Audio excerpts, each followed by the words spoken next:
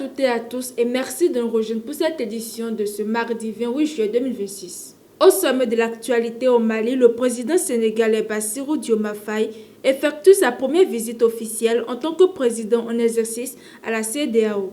Le Tchad annonce son retrait de la Cour pénale internationale, dénonçant une justice qu'il juge à géométrie variable. En Espagne, les incendies continuent de progresser, tandis que les tensions politiques compliquent la gestion de la crise. Au Moyen-Orient, le premier ministre israélien est attendu à la Maison-Blanche pour une rencontre sous haute tension avec le président américain Donald Trump. Et pour finir, le réseau social d'Elon Musk lance Money, son nouveau service de paiement de services bancaires.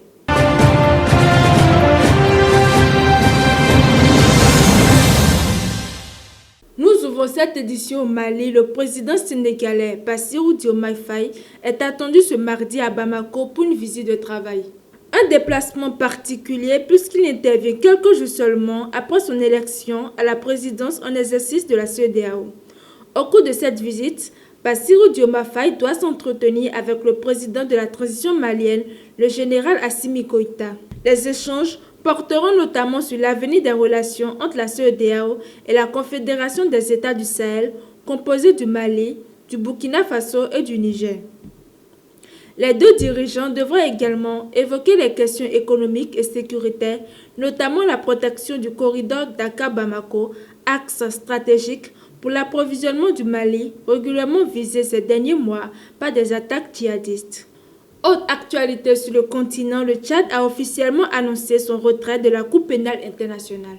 Le gouvernement tchadien estime que la CPI applique une justice, je cite, à géométrie variable, fin de citation, en ciblant principalement les pays africains. Dans un communiqué, les autorités dénoncent une sélectivité des enquêtes et une instrumentalisation politique de cette juridiction internationale. Ce retrait ne prendra effet que dans un délai d'1 an. D'ici là, le Tchad demeure tenu de coopérer avec la Cour. Cette décision intervient alors que plusieurs autres pays de l'Alliance des États du Sahel ont également engagé leur retrait du statut de Rome. Direction à présent l'Europe. En Espagne, les gigantesques incendies de forêt continuent de mobiliser les secours. Les flammes ont déjà ravagé près de 117 000 hectares dans certaines régions du pays. Les autorités redoutent une aggravation de la situation avec l'arrivée d'une nouvelle vague de chaleur. Face à cette catastrophe, le gouvernement espagnol appelle à un pacte national contre l'urgence climatique. Mais cette initiative se heurte aux divisions politiques, notamment avec le Parti populaire et le parti d'extrême droite Force, qui contestent la stratégie de l'exécutif. Parallèlement, les pompiers forestiers dénoncent un manque de moyens humains et matériels. Ils réclament de meilleures conditions de travail tout en poursuivant les interventions sur le terrain. Direction à présent le Moyen-Orient, le premier ministre israélien Benjamin Netanyahou est attendu ce mardi à la Maison-Blanche pour une rencontre avec le président américain Donald Trump. Cette visite intervient dans un contexte marqué par des divergences entre Washington et Tel Aviv sur plusieurs dossiers sensibles, notamment la guerre à Gaza, les tensions avec l'Iran et la situation au Liban. Pour tenter d'apaiser les relations avec son principal allié, le gouvernement israélien a récemment approuvé le déploiement d'une force internationale de stabilisation avec la bande de Gaza.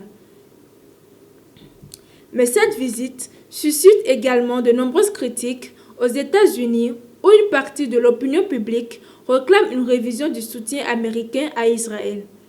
Certains responsables politiques vont jusqu'à demander l'application des mandats d'arrêt de la Cour pénale internationale visant Benjamin Netanyahou.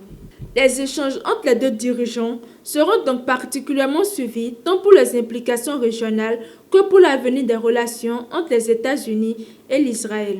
Et pour terminer cette édition, le réseau social X, propriété d'Elon Musk, poursuit sa transformation en plateforme multifonction. L'entreprise a lancé Money, un nouveau service de paiement et de services bancaires destiné dans un premier temps aux abonnés premium aux États-Unis. L'application permet d'effectuer des paiements, des virements, des transferts d'argent, mais aussi de disposer d'un compte rémunéré et d'une carte bancaire physique ou numérique. Développé en partenariat avec Visa, ce service marque une nouvelle étape dans la stratégie d'Elon Musk qui souhaite faire de X une application tout en un à l'image de la plateforme chinoise WeChat en combinant réseau social, messagerie, services financiers et commerce en ligne. C'est la fin de ce journal. Merci de nous avoir suivis et à très bientôt.